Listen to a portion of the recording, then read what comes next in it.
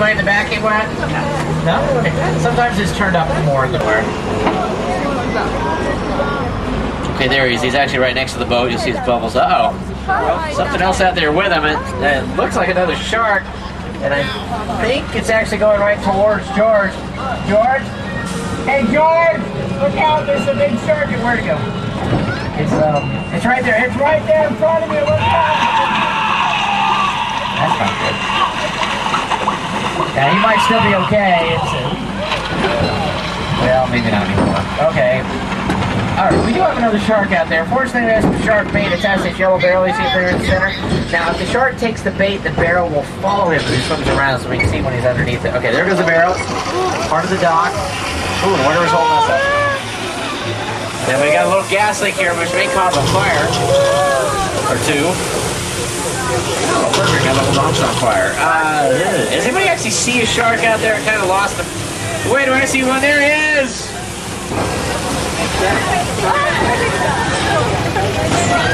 Oh my god, I so missed him!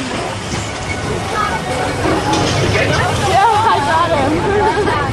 Ladies and gentlemen, that's Bruce the Mechanical Shark, the hardest working shark. They were always saying, the shark is not working. Repeat, the shark is not working. We just waited around. We just waited and waited and waited. The shark worked well enough that for a while there, we had the biggest hit of all time.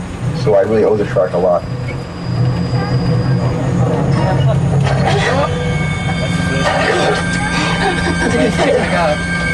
Now, in case you were wondering, Steven named the shark Bruce after his lawyer. It's right there. Oh, this is so cool. This is mysterious. Now, next door to her, those two guys moved in. Remember with the fountain that was causing so much noise? Yeah. The fountain was actually right over here next to the tree. You see the little spot where it was. Susan is their neighbor, played by Terry Hatcher. And you know, she got married to Mike last season, so Mike's living with her now. Next door to her, Lynette, played by Felicity Huffman, just overcame cancer. Her boys got a new treehouse this season that was a cause of some concern for their neighbors. Now we're going to go down the end of the street, turn around and come back, and I'll show you the other side.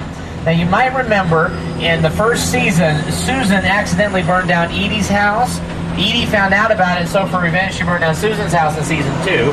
And between seasons 1 and 2, Edie got a new house. It's this one over here on your right, the pink one.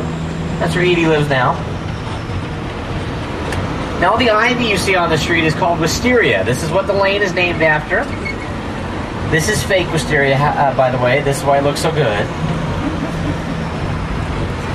All right, and back on the other side of the street, on the left, you'll see an empty lot over here. This is where Mrs. McCluskey's house used to be. Not quite sure what happened to it. Oh, next door to her, Dana Delaney and Nathan Fillion moved into Mike's old house. You know, they used to live on the street about 12 years ago. Yeah, they're there now. Next door to them, Breen, played by Marcia Cross. Now, her husband died, then her boyfriend died, and she married the guy from Dune. And then her daughter had a kid. Very confusing. Mary Alice is next door to her. She's played by Brenda Strong. She actually narrates the show, even though she died in the first episode. And in season 1, in the house next door to her, that's where Mrs. Huber died. I wouldn't recommend living on this side of the street. A lot of people tend to die over there. Yeah. Now, the street usually looks a lot better than this. I believe an upcoming episode will explain why it looks kind of destroyed. So I won't tell you what happened. I don't know what happened, but take a look. Not this weekend. Now, here's some scenes from season 1.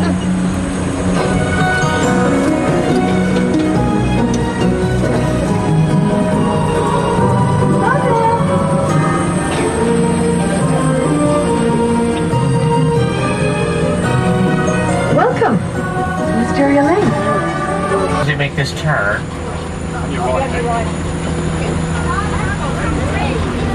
This is from the Grinch show. Now these sets were used in the scene on when your they right. put up the Christmas lights.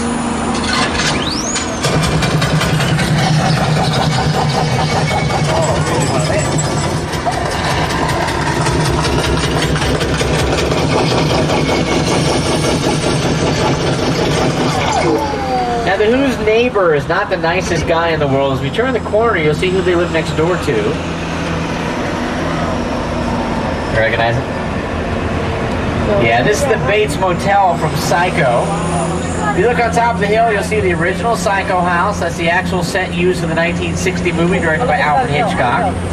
Now, we're going to go up this hill. We're going to drive right by the Psycho house. It'll be on your left if you want to see it up close. I believe Mother's home today. So if she's home, she's in the upper left window in the very front of the house. Let's see if we can see her.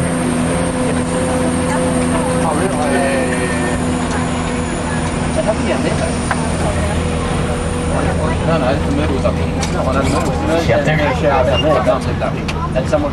Yeah, she's home. Now, if you think that's scary, take a look at what's in the backyard. A VIP tour. Oh, it's a spectacular crash site from Steven Spielberg's War of the Worlds. Now we're going to drive right through this set, and we'll actually stop long enough for you guys to get some pictures. So hang on. Yeah.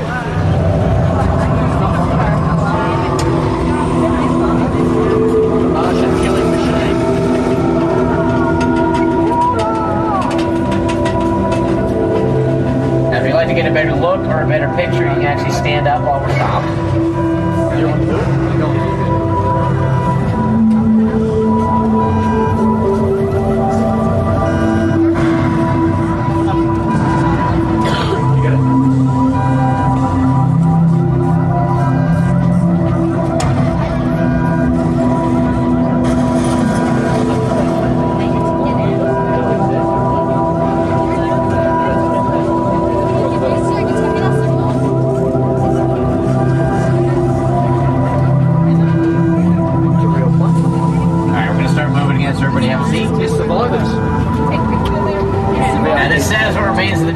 Tom Cruise's character hides out in the film with his two kids. That's a real plane over there.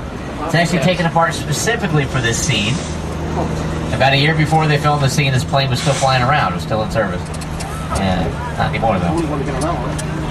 Okay on the outside, though. A few more pine trees than I expect to see in Egypt, though. Yeah, you don't really see pine trees in Egypt. I think there's some links to the turkey. I can be Hollywood. All right, you might have guessed we're actually nearing the end of our tour. Take a look to your right, you'll see the San Fernando Valley out there, and you actually see another studio right next to us. We call that Warner Brothers, because that's what they call it. That's where they filmed all the Bugs Bunny cartoons and TV shows like ER and Friends are filmed right over there. They also have a tour if you're interested. You might want to take the Warner Brothers tour. And we hope you enjoyed your exclusive behind-the-scenes Hollywood access. This is the end of the Universal Studios tour. It's cool. This is the Christmas tree in Universal Studios. Everything has to do with movies and filming. Look at all the things in the tree. It's pretty. Here we're standing at Popcornopolis, which is a little store where you can buy popcorn, and they have all kinds of flavors.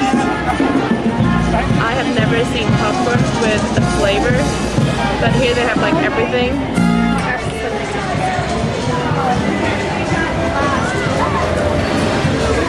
Like the menu. Chocolate caramel, almond, cinnamon,